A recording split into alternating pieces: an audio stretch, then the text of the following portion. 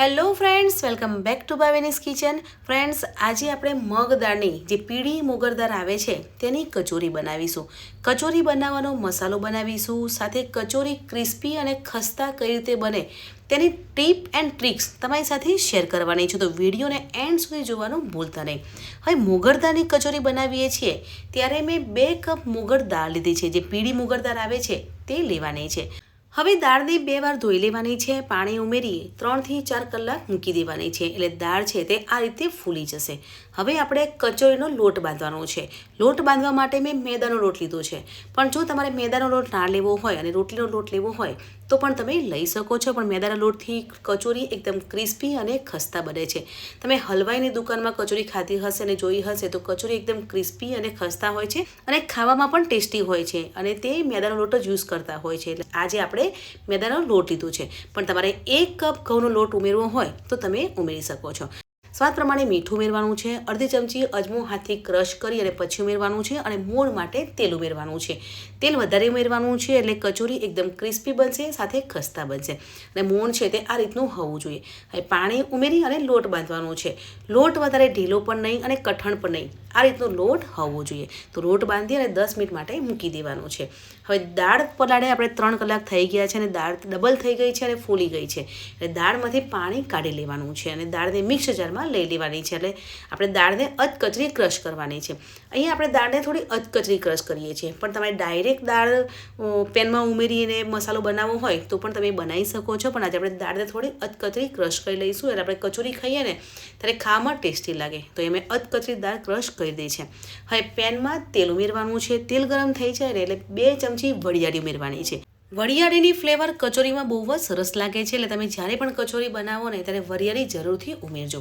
હવે 3 ચમચી ચણાનો લોટ ઉમેરવાનો છે. ચણાના લોટથી બાઇન્ડિંગ આવે છે, અને ચણાના લોટને શેકવાનો છે. એટલે ચણાના લોટનો કલર ચેન્જ થઈ જાય અને સરસ એવી સુગંધ આવે ને ત્યાં સુધી લોટને શેકી લેવાનો છે. હવે 1 ચમચી લીલું મરચું ઉમેરવાનું છે, અને તમારે સ્પાઇસી વધારે જોઈતું હોય તો લીલા મરચાં વધારે ઉમેરવાના છે. અહીંયા મેં 1 ચમચી મરચું ઉમેર્યું છે, તેને પણ સાથે લેવાના છે. અને તમે જોઈ શકો છો કે લોટનો કલર ચેન્જ થઈ ગયો છે અને સરસ એવી સુગંધ આવે છે. એટલે આપણે જે મોગર દાળને અધકચરી ક્રશ કરી છે ને તેને પેનમાં ઉમેરી લેવાની છે અને દાળને પણ શેકવાની છે. આજે આપણે મગ દાળની કચોરી બનાવીએ છીએ ને ત્યારે મેં 2 વાડકી મોગર દાળ લીધી છે. તેમાં મેં શું કર્યું કે અડધી દાળને મેં અધકચરી ક્રશ કરી છે અને અડધી વાડકી દાળ મેં આખી રાખી છે. એટલે દાળને પેનમાં ઉમેરી લેવાની છે અને સાથે મિક્સ કરી લેવાની છે. તમારે આખી દાળ ઉમેરવી ના હોય તો તમે તેને ક્રશ પણ કરી શકો છો, પણ થોડો ક્રન્ચી ફ્લેવર આવે એટલે મેં આખી દાળ પણ ઉમેરી છે અને દાળને શેકી લેવાની છે. હવે દાળનો કલર ચેન્જ થઈ જાય અને આ રીતે ડ્રાય થઈ જાય ને ત્યાં સુધી આપણે શેકવાની છે. તમે જોઈ શકો છો કે આપણે જેમ જેમ દાળને શેકીએ છીએ ને તેમ તે ડ્રાય થતું જાય છે ને આ રીતે હલાવતા જવાનું છે. હવે આપણે મસાલો કરવાનો છે. મસાલામાં અડધી ચમચી લાલ મરચું, ધાણા જીરું પાવડર, ચપટી હળદર, હિંગ ઉમેરવાની છે. અહીંયા સૂકા ધાણાને અધકચરા ક્રશ કરી અને ઉમેરી લેવાના છે. સ્વાદ પ્રમાણે મીઠું ઉમેરવાનું છે. લીંબુના ફૂલ તેને થોડા ક્રશ કરી અને પછી ઉમેરવાના છે. લીંબુના ફૂલની ફ્લેવર પણ બહુ જ સરસ આવે છે. લીંબુના ફૂલ આપણે ઉમેરીએ છીએ એટલે બેલેન્સ કરવા માટે આપણે 2 ચમચી ખાંડ ઉમેરવાની છે. બધા મસાલાને સાથે મિક્સ કરી લેવાના છે અને 2 થી 3 મિનિટ માટે મસાલાને શેકવાના છે. એટલે મસાલાની ફ્લેવર દાળમાં આવી જશે અને દાળ છે તે આ રીતે છૂટી થઈ જવી જોઈએ. તમે હલવાઈની દુકાનમાં કચોરી ખાધી હશે તો દાળ છૂટી હોય છે અને બાઇન્ડિંગ માટે ચણાનો લોટ ઉમેરતા હોય છે. તો અહીંયા દાળ છે તે સરસ એવી શેકાઈ ગઈ છે અને સરસ એવી સુગંધ આવી રહી છે. ગેસને બંધ કરી અને સ્ટફિંગ છે તે એક પ્લેટમાં લઈ લેવાનું છે અને ઠંડુ થવા દઈશું. ફ્રેન્ડ્સ, આજે આપણે હલવાઈની દુકાનમાં મળતી હોય ને તેવી ખસ્તા અને ક્રિસ્પી કચોરી બનાવીએ છીએ. તો આજે આપણે હલવાઈ સ્ટાઇલમાં જ મસાલો બનાવીને તૈયાર કર્યો છે, અને મસાલો છે તે સરસ એવો બનીને તૈયાર થઈ ગયો છે. તો મસાલાને ઠંડુ થવા દેવાનું છે. હવે દાળનું જે સ્ટફિંગ બનાવ્યું છે તે ઠંડુ થઈ જાય ને પછી સેમ સાઇઝના બોલ્સ બનાવી લેવાના છે.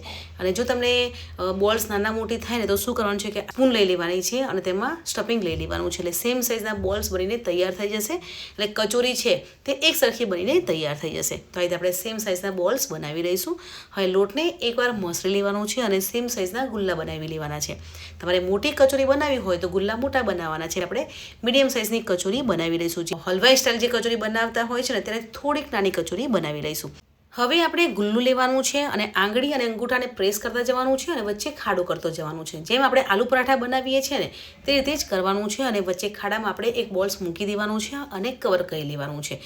હવે ઉપરની બધી સાઈડને કવર કરી લેવાનું છે, એટલે આપણે કચોરી તળીએ ને ત્યારે સ્ટફિંગ છે તે નીકળી ના જાય, એટલે આ રીતે પ્રેસ કરી લેવાનું છે ને ઉપરનો જે ભાગ છે તેને પ્રેસ કરી લઈશું અને હળવા હાથથી આ રીતે કચોરીને ફેરવતા જવાનું છે, એટલે મસાલો છે તે ઇવન થઈ જશે. આપણે મસાલો ભરે છે તો કચોરીમાં શું કરવાનું છે કે હથેળીનો ભાગ છે ને તે આ રીતે પ્રેસ કરવાનું છે, એટલે આપણે કચોરી તળીએ છીએ ને ત્યારે તે કચોરી ફૂલશે બી ખરી અને ખસ્તા અને ક્રિસ્પી બનશે અને મસાલો છે તે એક સરખું થઈ જશે, એટલે હથેળીના ભાગથી આ રીતે વચ્ચે પ્રેસ કરવાનું છે. અને હવે આ રીતે આપણે બધી જ કચોરી બનાવી લઈશું. હવે મેં તેલ ગરમ કરવા પણ મૂકી દીધું છે અને કચોરીને તળી લેવાની છે. હવે કચોરી તળીએ ને ત્યારે તેલ વધારે ગરમ ના હોવું જોઈએ, મીડિયમ ગરમ હોય ત્યારે આપણે કચોરીને તળી લેવાની છે. અને કચોરીને મીડિયમ ગેસ પર તળીએ છીએ ને ત્યારે જ કચોરી એકદમ ક્રિસ્પી બનશે, સાથે ખસ્તા બનીને તૈયાર થઈ જશે. જે હલવાઈની દુકાનો કચોરી મળતી હોય છે ને તેવી જ કચોરી ઘરે બનીને તૈયાર થઈ જશે. અને કચોરી છે ને તે એક બાજુ તળતા જઈએ છીએ ને ત્યારે બીજી કચોરી પણ બનાવતા જઈએ છીએ, એટલે કચોરી બનાવીએ ને ત્યારે વાર પણ નથી લાગતી. તમે જોઈ શકો છો કે અહીંયા મેં એક કચોરી તળવા મૂકી છે અને ગેસની ફ્લેમ મીડિયમ રાખી છે અને બીજી બાજુ હું કચોરી બનાવતી જાઉં છું. કચોરી છે તે જલ્દી બનીને પણ તૈયાર થાય છે. તો અહીંયા કચોરી છે તે મેં બનાવી લીધી છે. હવે કચોરી ગોલ્ડન લાઇટ બ્રાઉન કલરની થાય ને ત્યાં સુધી તળી લેવાની છે, એટલે એક બાજુથી તળાઈ જાય પછી કચોરીને ફેરવી લેવાની છે, એટલે બીજી બાજુ પણ સરસ એવી તળાઈ જશે. ગેસની ફ્લેમ ફૂલ રાખીશું ને તો શું થશે કે ઉપરથી તળાઈ જશે ને અંદરથી કાચી રહેશે, એટલે આપણે ગેસની ફ્લેમ મીડિયમ રાખવાની છે અને કચોરી તળી લેવાની છે. કચોરી છે તે એકદમ દડા જેવી બનીને તૈયાર થઈ ગઈ છે, તો કચોરીને એક પ્લેટમાં લઈ લેવાની છે અને તે જ રીતે આપણે બીજી કચોરી પણ તળી લેવાની છે. ફ્રેન્ડ્સ, આજે આપણે મુગર દાળની કચોરી બનાવી છે, તે પણ હલવાઈ સ્ટાઇલમાં, જે હલવાઈની દુકાનો મળતી હોય છે ને તેવી જ કચોરી ઘરે બનાવી છે. હું કચોરી કટ કરીને પણ બતાવીશ. કચોરી એકદમ ક્રિસ્પી, ખસ્તા અને ખાવામાં ટેસ્ટી બનીને તૈયાર થઈ ગઈ છે. કચોરી એકદમ દડા જેવી ફૂલીને પણ તૈયાર થઈ ગઈ છે. આપણે હાથથી તોડીએ છીએ ને તો કચોરી તૂટી જાય છે, એટલે કે ક્રિસ્પી બનીને તૈયાર થઈ ગઈ છે. તમે જરૂરથી ટ્રાય કરજો. એકદમ હલવાઈની દુકાને મળતી હોય છે ને તેવી જ કચોરી ઘરે બનીને તૈયાર થાય છે. આજે મેં મગદાળની કચોરી બનાવી છે ને તેની સાથે ગ્રીન ચટણી અને ખજૂર આમલીની ચટણી સર્વ કરી છે. તો તમને આજની મારી હલવાઈની દુકાને મળતી હોય ને તેવી મુગર દાળની કચોરી રેસીપી કેવી લાગી કમેન્ટમાં જરૂરથી જણાવજો. મળીએ છીએ નવી એક આસાન અને હેલ્ધી રેસીપી સાથે. ત્યાં સુધી બાય બાય, ટેક કેર.